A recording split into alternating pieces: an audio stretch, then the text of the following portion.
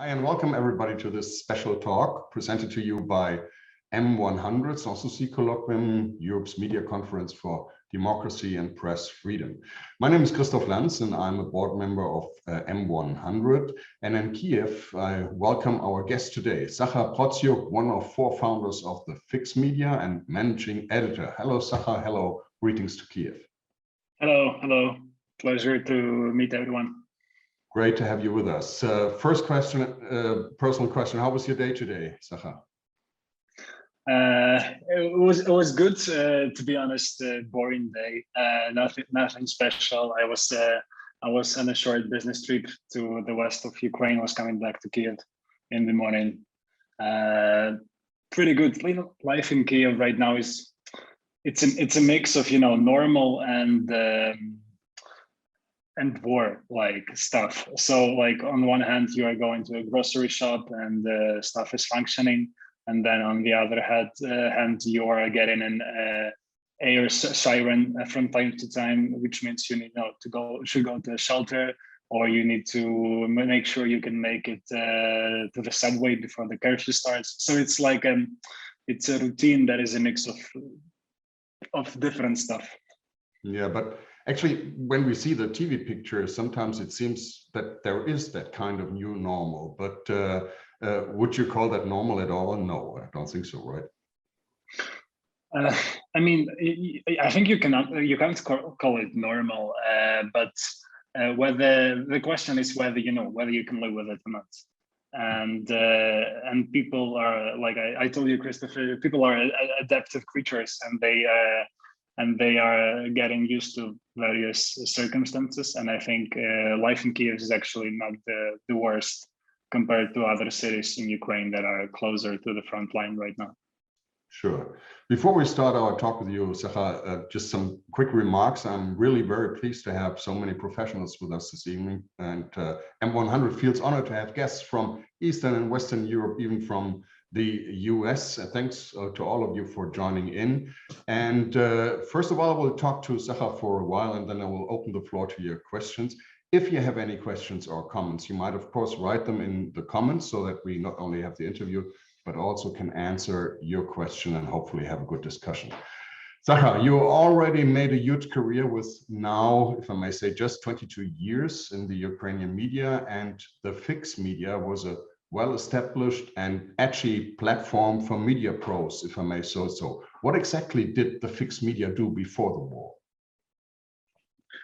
So before the war, the Fix Media was a kind of an outlet and a knowledge hub for media managers. It's actually a relatively young organization. It was founded less than 3 years ago, with an idea that there's lots of innovation happening in Europe that is not in media scene, that is not really covered, and lots of the discussion about media are either focused on the US or not really taken into account the other parts of outside of editorial that are super relevant for how the media organizations functions. So basically the idea of the Fix was to focus on two things. First one was to focus on Europe, especially continental Europe, and make sure that there is a cross-border knowledge sharing of innovations in our sphere, not just between France and Germany, but also between, let's say, Slovakia and Slovenia, or Slovakia and Lithuania, right? To make it a bit more diverse. And also another idea was that we are focusing on the sides of media business that are maybe a bit more boring, but super also, still very important, like HR, strategy, talent management, tech, all of that stuff that makes a media an organization. So that was kind of the idea of launching it. Yeah, and you were deeply involved in the European media scene. You also advised major European publishers in their transformation. Can you give us a little insight for who you worked and what your main focus was there?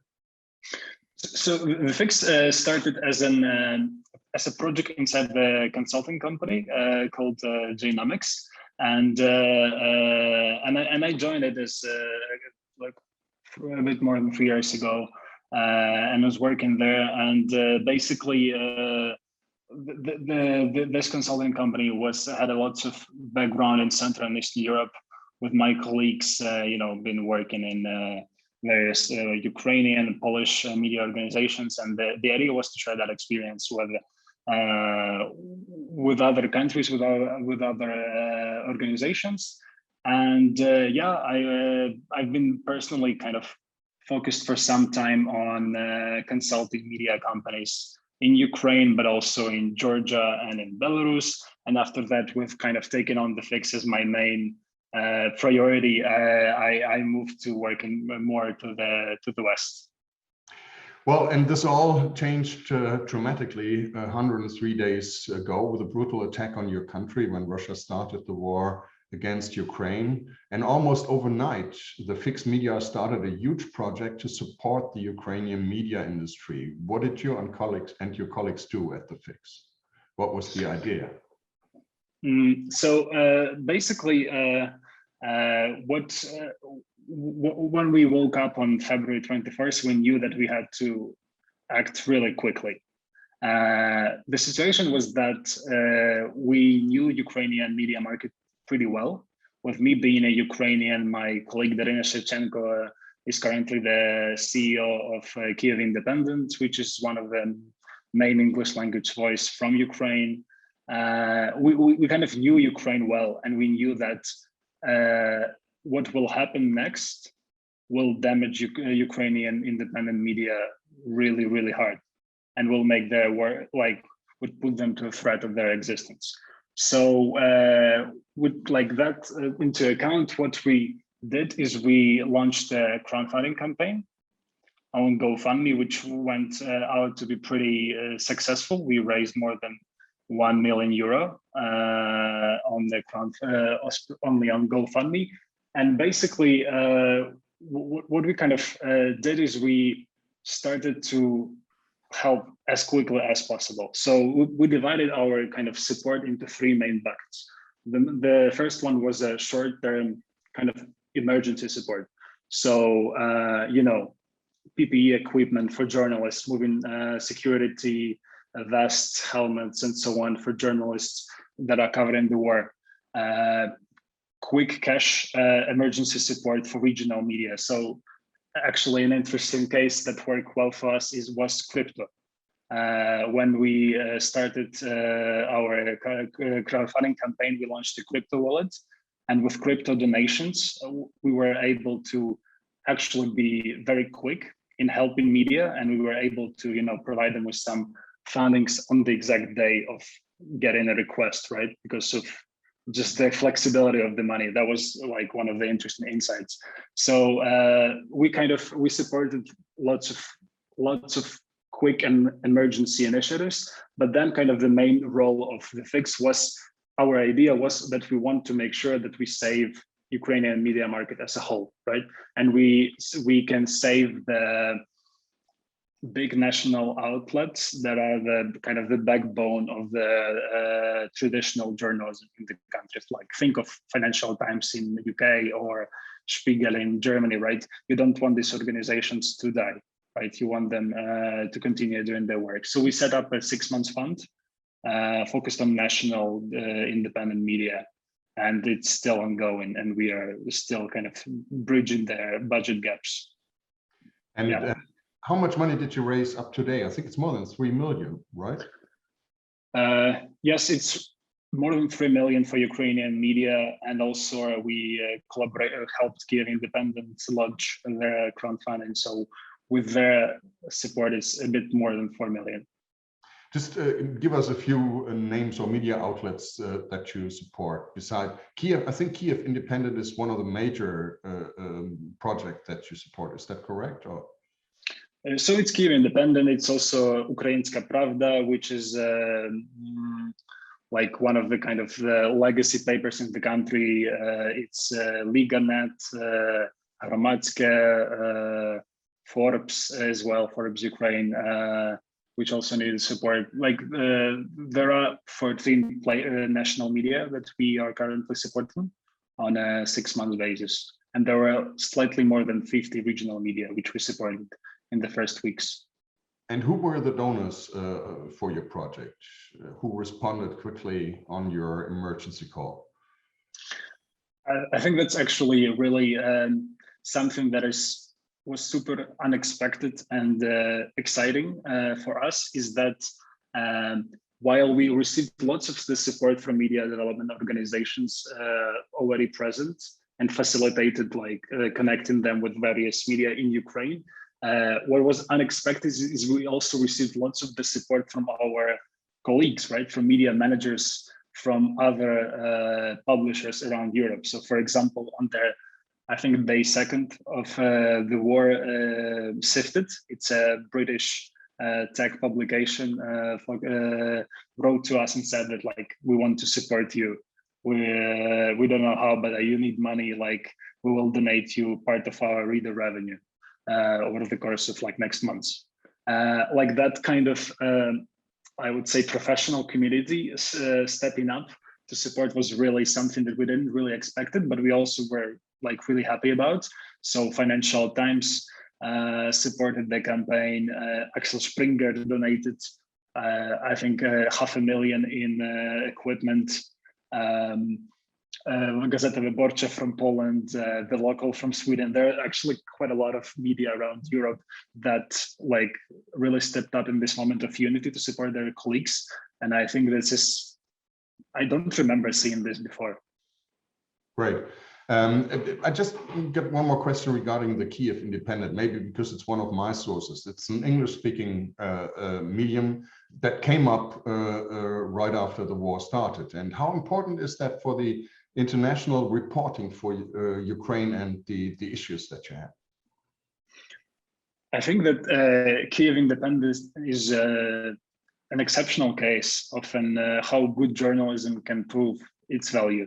So if you don't know the background story of Kyiv Independent, it was actually, it's a relatively new organization set up in November last year, but with an old team. So there was an English language paper called Kiev Post in the country. But then its founder decided that he, doesn't like it anymore the way it is. He basically tried to breach their independence and they fired the whole team. And then the former Kiev Post team, together with actually Genomics and our help, launched Kiev Independent. And it grew out to be super important in the first days of the war. And it their Twitter account grew from 30K, I think, to 2 million in a month. And I think so that's a great story of success of how you can, your organization is will find its way because of your good journalism practices. Because I think Kiev Post is still kind of halfway alive, but it's not they are not able to deliver that work as Kiev Independent is doing right now. And to answer your question, what is the role of Kiev Independent in media coverage? I think it's actually very important, because while in Ukraine there are many international correspondents right now covering the war and doing an amazing job and risking their lives, they are still, they're still writing about Ukraine from the perspective of the foreign media organizations. They are still focusing on the perspective of their readers, whether it's being in US or being, in France. And I think it's super important that Ukraine has its own strong English language voice that, that is rich with context of what actually people in Ukraine think about this, that understands the subtle details of the war and how it impacts ordinary people. Well, Zakhar, I think none of us has experienced what the Ukrainian people go through these days, and seeing from the professional side what Ukrainian journalists have to go through these days. 32 of our fellow colleagues have lost their lives since the beginning of the aggression. That might give you an impression of the scale of what we're talking here. And of course, the way the course of the war must have an impact on journalism is today in Ukraine. Can it be still kind of an unbiased journalist, or do you have to take a real position that is different from how you did journalism before the war? I think that's a really good question.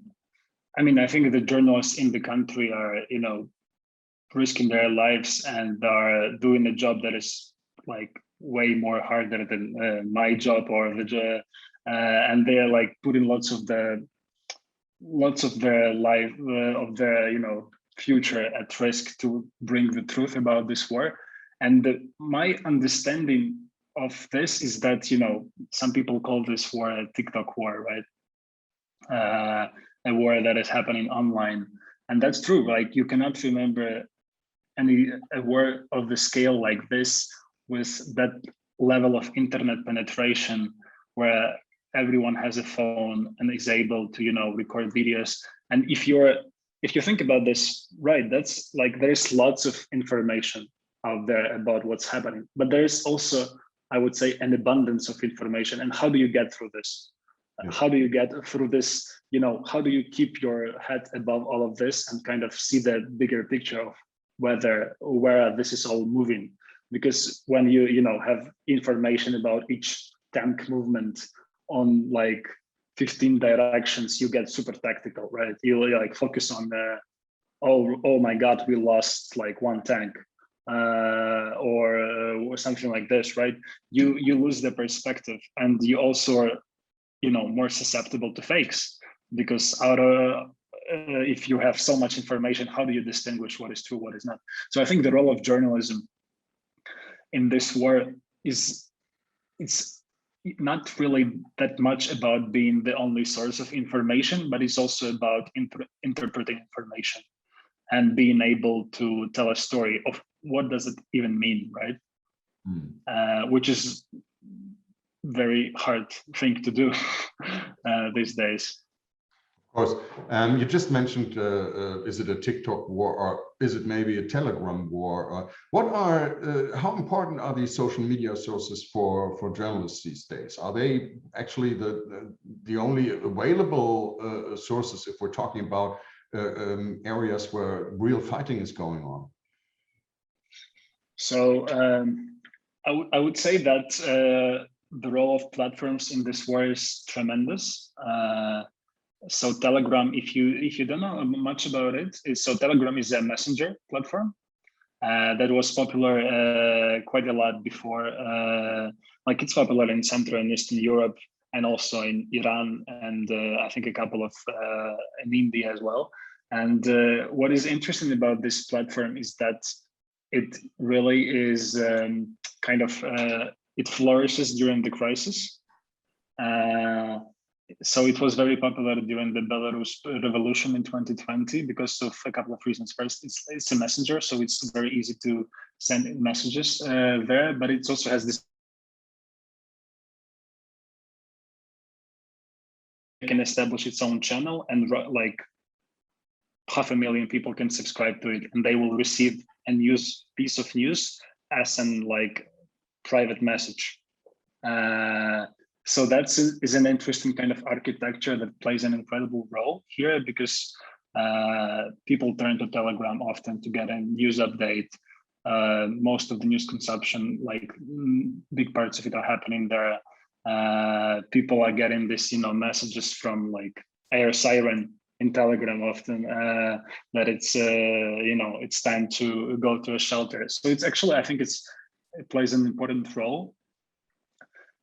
But it's also a challenge for journalism, as it's so easy to establish a channel, right, and gather an audience and being anonymous. And like many people, their media hygiene is pretty bad. So it's much harder to get through this information. It's much harder to understand what is the source of the information. That's why I think the journalism, again, coming back to this point, it's like being there, but being transparent, being able to provide accurate information, and maybe not rush sometimes, but you know, it's better to wait than delete a fake, right? True. So, yeah. Yeah, if this is possible. Somebody said, actually, I forgot whose quote it is, But the quote is, what's get lost first during a war is the truth. What would you say to that? I mean, information is a weapon, right? And during this war, during this war, information is also is even more important in terms of like how do people perceive the war and what do they think about it. And I think that it's really important for media inside Ukraine is to kind of find to keep their head cool in a way, to report on the war, but also distinguish between what they wish they want it to be the truth, but versus what they actually see. So it's a big challenge. I agree with you. How do you stay objective? How do you not turn into propaganda, right? How do you bring value to your readers? To be honest, I don't know what is the right solution here. It's war. Exactly, and I just said before, none of us has ever, I guess, none of us has ever experienced what you and your fellow Ukrainians are experiencing right now. So I also think that the question that we're raising, what role journalism plays, is kind of a unique question, at least in these days of media. And I can imagine that you cannot be, and ask that as a question, or can you as a journalist who is confronted with that amount of brutality around him, can you still be, or can you still keep a cool head, or don't you get in a position where you stand behind your country? I think so. It's really like for Ukrainian media, it's important to take a position, I think, and this is, I think, super normal for them. It's clearly for them, they want their country to, stay there, and they don't want to lose their independence. And the media with position is, I think, is something that is important here. But what we are trying to pay attention to, and what I think is important to be preserved, is that your position should be, transparent, and but your journalism practices should not be impacted by it in a way. How do you actually, conduct your research and so on? It's less like you need to limit your wishful thinking and really try to make sure that your information is objective as much as possible. But what I think is really important is that Ukraine has a very competitive media industry, and it was very competitive and free before the war. If you compare it to Belarus or Russia, it's like completely different markets where there was lots of vibrant discussions before, there was lots of competition before, many different voices happening and so on. And I think this is still here, and I think for us it's really important to make sure that these players, survive the weather through the storm, and they will be able to report after Ukraine wins. Yeah. You mentioned before all the information that is coming in through TikTok or Telegram channels or other social media channels. Is fact-checking still possible in today's situation in your country? I think yes, and that is probably the main the moment when journalism step in. Fact-checking is, I think, one of the new roles that the journalism plays compared to, let's say, 30 years ago, right? Where it's, if you report on the war in Iraq, right, 20 years ago, the amount of information coming from that country is coming mostly from media, right? But now it's coming from everywhere, and I think it's super important for media to be able to distinguish what information they're taking. And it's also, you know, what is interesting observation I made for myself is that now in Ukraine, lots of information is shared through governmental bodies, right? There are lots of accounts, each government official has its own Telegram channel, information being shared everywhere. And what is like, this is something new, right? Because before they were reporting or trying to deliver the messages through media. So now for media, I think their role is ever more shifting to interpreting, to telling bigger picture stories, to investigations, right? To not just like being a medium of information, but actually having lots of intellectual, analytical, fact-checking process behind each organization that brings the value to their readers, of being objective and also giving the perspective. You already mentioned that you gave first aid to journalists and journalistic outlets, that you gave them money. Beside the money, which is, I think, essential when revenues are breaking away, advertisement is not working as it did. This is essential. But beside that, what are other things that journalists or content creators in Ukraine need? That's a really good question. So basically, money always important, right? In these situations. But what is also important for us at the beginning was, so security equipment to get it to the country was also super relevant, because it doesn't matter how much money you have. Like if all of the you know, roads are blocked, and then none amount of money will bring you stuff you need to a point, from point A to point B, right? And then also tech support for media. Lots of like everyone's heard about Russian hacking capabilities, and yes, many media received lots of DDoS attacks, and we were trying to help them with the tech support, moving them from different hostings that are potentially in danger of being bombed to cloud services in other countries. So lots of that support was on our plate, and also support with relocation for the teams, because, you know, it's now clear that, like, it's now Ukraine. It doesn't look like Ukraine will lose, and we are hoping for Ukraine will win, right? It's now Kiev is in relatively safe position, but in the first week of the war, it wasn't clear what will happen, right? We were preparing ourselves for the worst case scenario, where we'll have to support many media organizations, you know, work from Western Ukraine or from neighboring countries. So lots of that stuff was also super relevant. But maybe, like, looking ahead of what is needed apart from financial support is, especially for our media colleagues, is, you know, is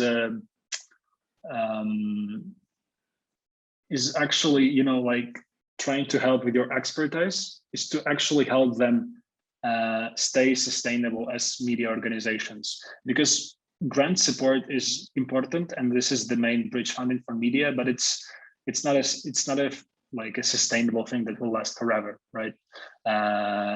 Grants come and they go at some point, and an organization that is fully dependent on grant support at some point might, you know, end up being super vulnerable.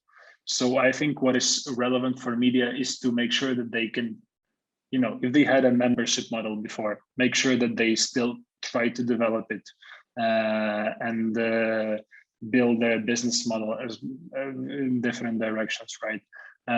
So one of the initiatives we recently set up was a sales agency to support, like, to basically collect Ukrainian media in the country. And the idea is, it's hard for, let's say, one like media organization to talk to a big national, international brand, because their audience is a bit too small, right? But altogether, they are actually a formidable audience of like 20 million people, right? So now the idea is we want to try to help connect international organizations together with Ukrainian media, and also some Belarus media in exile, right? So it's various directions where it's not just money, but also expertise and and I think trying to keep the media market alive. Yeah, and something that surprised me or impresses me is how good the infrastructure, for example, in the internet is still functioning. So we really get information out of cities that I didn't expect that you still could get something out. How is that working? Why is it still working so good? What's the secret behind that? To be honest, I don't know. I was also surprised about this, so I'll show you. When 2 weeks before the war, I bought myself a walkie-talkie for me and for my girlfriend, just in case, because I was alarmed already, like in January, and I knew that something might I was a bit worried, so I felt that there is a big danger that telephone communication will disappear, right? But for me, it was also a big surprise that it's very resilient, and I'm not an expert in this, but my take is probably just a preparation and underestimation from Russia's side about the resilience of it in Ukraine. I think in total there was an underestimation, but actually I wanted to ask whether this Starlink from Elon Musk is playing any role in keeping up the infrastructure. It's playing an important role, especially for military, that they are able to connect. Yes, it's actually, this is something that was not present before, but is super important right now. Interesting. I would like at this time to open the floor to others if there are any questions. Rebecca Harms has asked, how are the needs of journalists in Ukraine now? And can it be sustainable for a longer period, the help that is coming in from the outside? I mean, I think the important need of media organizations, right, in Ukraine is right now is to save their teams, right? Because like one thing that people are competing here is also a talent, right? And if you lose your team members, it's much harder to stay competitive over the long run. So I think one of the big needs for the Ukrainian journalists is to, make sure that they preserve their teams, that they are able to be able to report their best, because of course maybe not everyone will die, but there is a difference between an organization of 10 people and an organization of, let's say, 50 people and what they can do. So I think financial support is still there, but it's important to ask Ukrainian journalists what they need, right? It's important to consult and with them and just check what are their key priorities, right? It's whether it's maybe a core support right now, not whether they need some money for some stuff like gas, food, and so on. So I would say money and expertise is probably the main two. And keep up the faith, yes. And that one as well. We're having another Ukrainian journalist in the room. It's Olga, right? Maybe if you want to, you can comment on that question as well. What's needed from your side, from your point of view, and you can think about it. First, I have a question from Tobias Endler. He wants to ask a question. Tobias, go ahead. Maybe we can see you. Yes, yeah, I managed. Christoph, thanks very much, and Zakhar, congratulations on your important work, first of all, and good luck. Thank you. I noticed online that you also run a blog on Telegram. Is that still relevant? The one on media and culture that you do? So if it is, yeah, you're nodding. So as we know, Telegram is the place that's basically like the prime choice for Russian disinformation, also, especially in the Ukraine cause. So I was curious, was that a deliberate choice, for you to choose Telegram and work there and try and sort of put on a counterweight. Is that part of the reason why you chose Telegram instead of, you know, Twitter or Facebook or something that you might feel you can reach other people with? I'd just be curious. No, so it was set up in 2018, right? It's relatively oldish. And just one thing, no, it was mostly about the convenience. So Telegram, in a way, acts as a newsletter, right? It doesn't have an algorithm that you have to go through, right? If you, let's say, post on Facebook and you have 100 subscribers, like there is a chance that like 5 people will see your post, maybe like 2. With Telegram, what was good is that the level of engagement of your 100 subscribers would be like, you know, 70 people.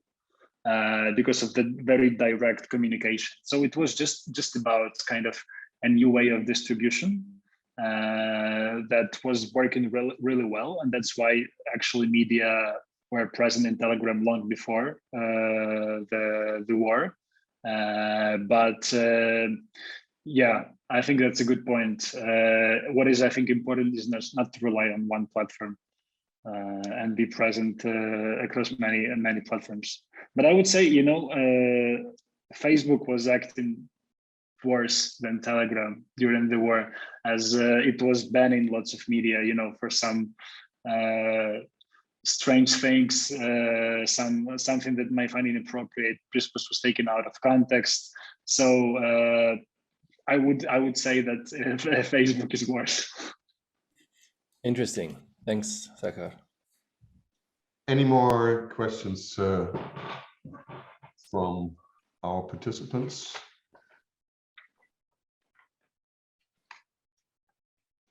Zakhar, if I may ask you a personal question. I think there is Olga's question, or maybe an answer. Olga? Oh yeah, I'm sorry. Sorry, Olga. Go ahead, please. Yeah, thanks. I'm Olga Kontsevich from 24 Channel. I first wanted to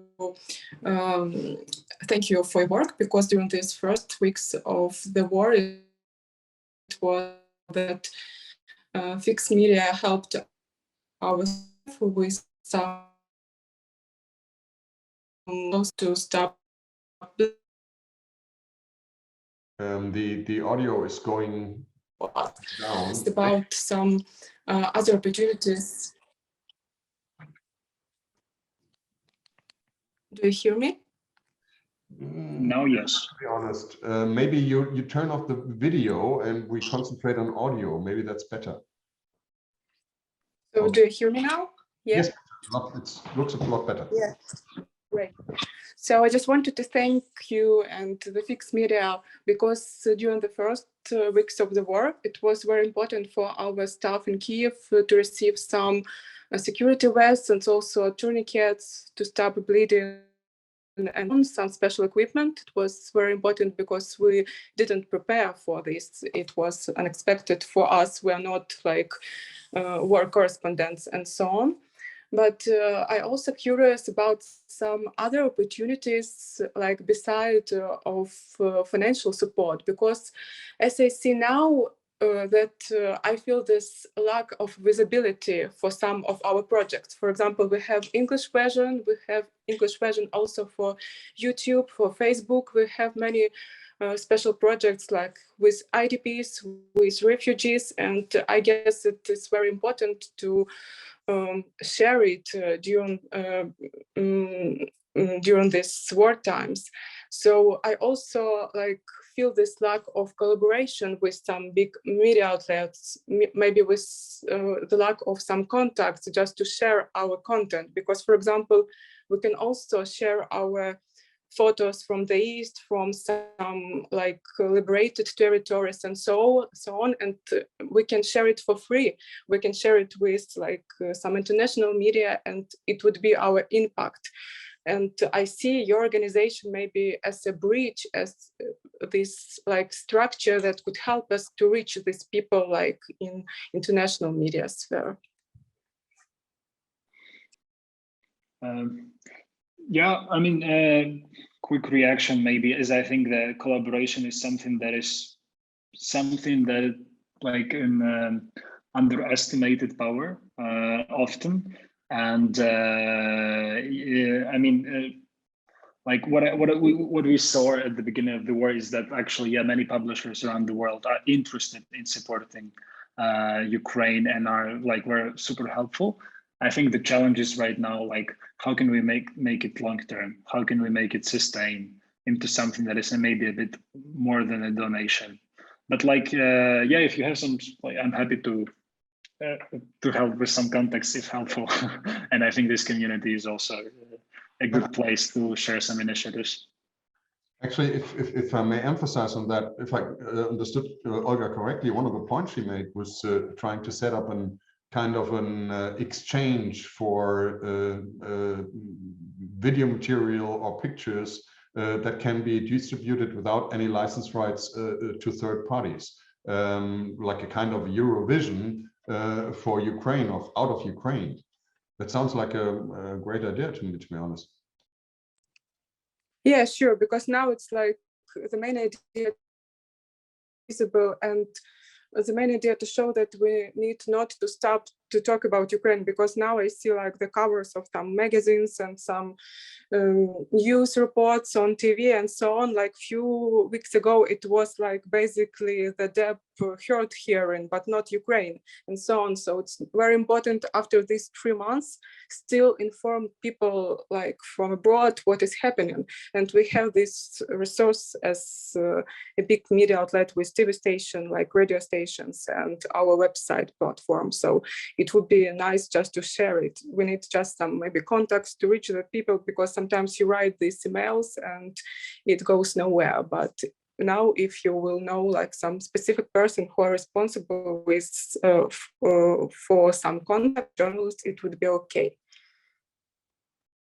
Yeah, thank you very much, Olga and Zakhar. And we should, Sabine, take this away as M100 and spread the news in our network as well, so that we maybe can set up some kind of a collaboration.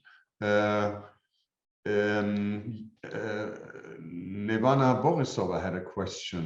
Nevana, you want to ask that question yourself? Hi again. So the question is in relation to the crucial question of independence, including the Ukrainians, but also some journalists in Russia, for example. I was wondering if you collaborate, or if you are searching or open to a collaboration with Russian independent journalists. I believe and hope that they have some media outlets available still. Yeah, so what we did with the fix is we deliberately focused on Ukrainian media at the beginning, just because you have to prioritize, right? And our priority was to help Ukrainian media. But that said, I think supporting Russian media also makes sense, especially those, like, it's a bit of an, kind of Cold War scheme again, when you are, funding BBC, broadcasting to the other side of the Iron Clouds. It's getting to be a bit like this again, and I think it's in principle, I think that supporting Russian independent media matters, because if they will not exist, someone else will take their place. And usually it's someone bad. Yeah, I agree. Just we as the fix just put ourselves saving Ukrainian media scene as our priority.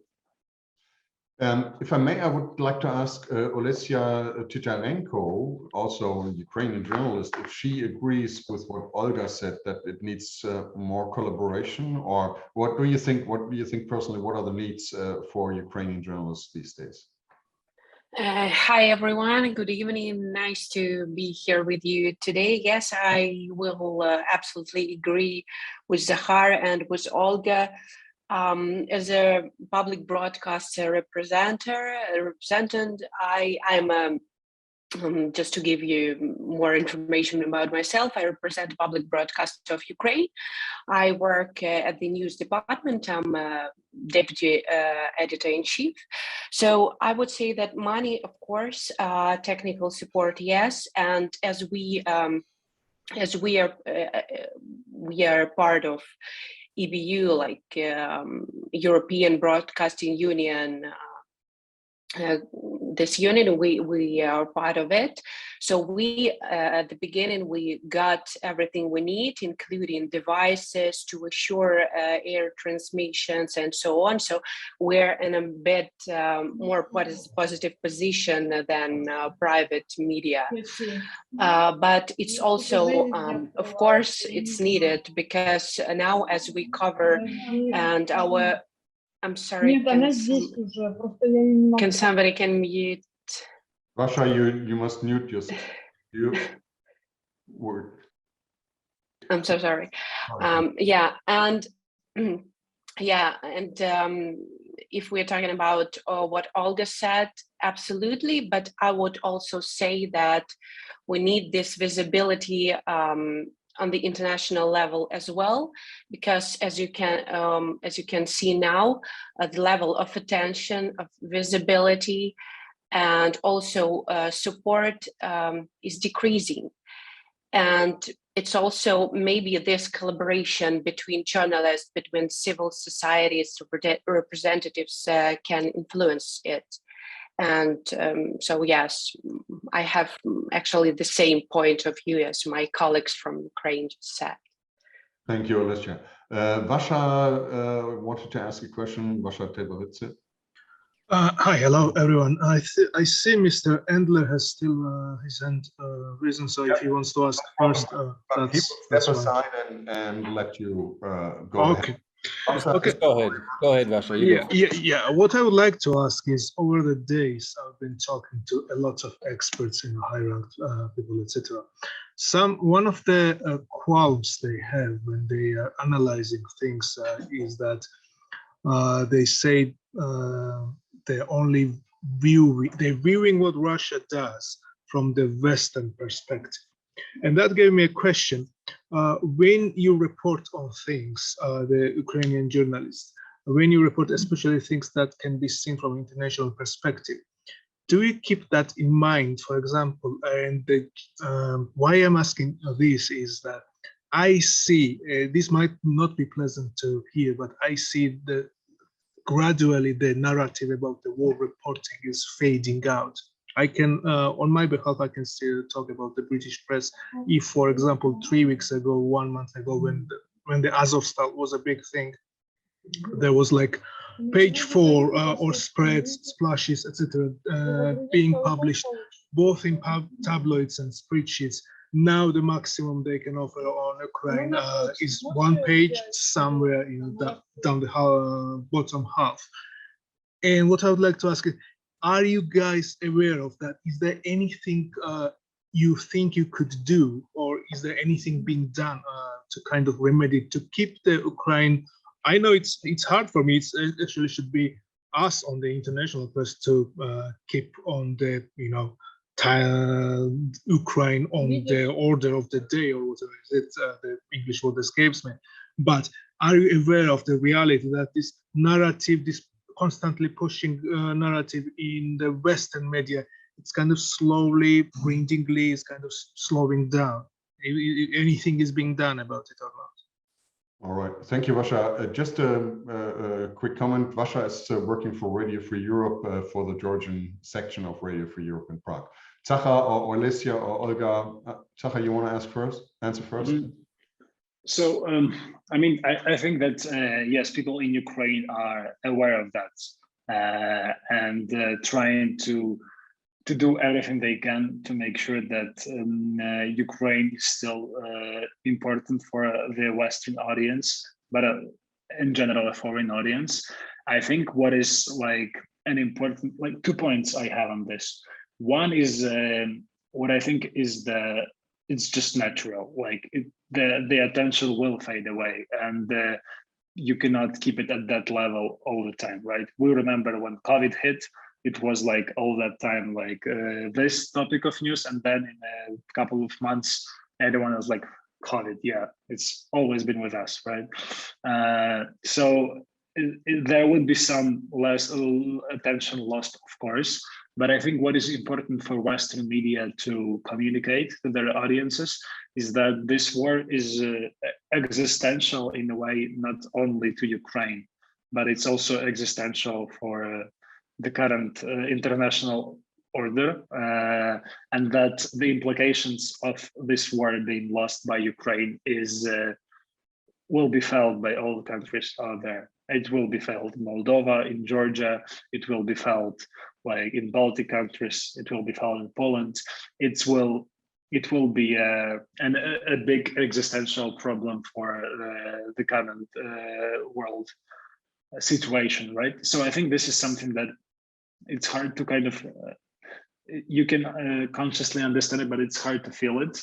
And I think more stories on this could be helpful. And secondly, I think what I would personally would like not to happen is I would like not for people out there to think that Ukraine is like, you know, it's a constant kind of tragedy and constant war zone place. It's also a place of entrepreneurship. It's also a place where people, you know, are succeeding and winning. It's also, life is happening, people are fighting, and it's like, it's not a constant, like one kind of level disaster that you just can be sorry about. There's many things you can actually do to impact it. And I think I really hope that, like with Western media, they can sense this feeling inside Ukraine, that it's not like, you know, somewhere far away, a war that is not stopping, like some Syria. Like, I'm sorry, but this is a stereotype often people have, right? That there is like a constant war in Syria and there is nothing you can do about it. And this is something that I wish will not happen to Ukraine, and people will understand more context on what's happening actually inside the country. Good point, Zakhar. And it's a great country with, forgive me to put it this way, but it's a great country with young, great entrepreneurs like you. And this is a story we should not forget to tell. Tobias Endler had another question. Tobias, go ahead.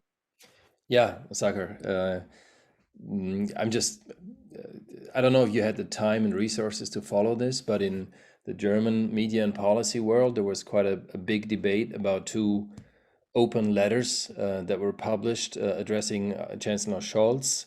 The first one arguing against sending heavy weapons to Ukraine, and the other one answering this, arguing in favor of sending heavy weapons. So if you follow this, and from a Ukrainian perspective, I was curious, what's the impression this makes on you? Just how important do you feel that public debate is? What's the image of Germany among Ukrainians when they follow that back and forth relative to political decisions? So I just wanted to use that chance and ask your opinion. Mm-hmm. It's a good question. So I think Ukrainians are taking the discussions that, let's not give Ukrainians weapons, so we need peace. That's like, I'm sorry, that's bullshit, right? There would be no peace if Russia gets what it wants, right? It would be more war. It will be a bit postponed, maybe for like a year or two, and then they will build up, and then there will be more war in Ukraine, and there will be a war potentially in other countries in the region. And I think this notion is very painful for the Ukrainians when they hear this. This is just like a constant trigger to think of that there is some magical trick that you can do, stop fighting, and then things will get better. It's not working like this. If Ukrainians will stop fighting, they will just disappear. If Russians will stop fighting, the war will be over. Yes, this is the two big differences. But to commenting on the image of Germany, I think it's a mix. It's a mix of kind of on some level as a kind of personal gratitude for many people or Ukrainians are currently in Germany and getting support and this, and then there is also this frustration from the politicians of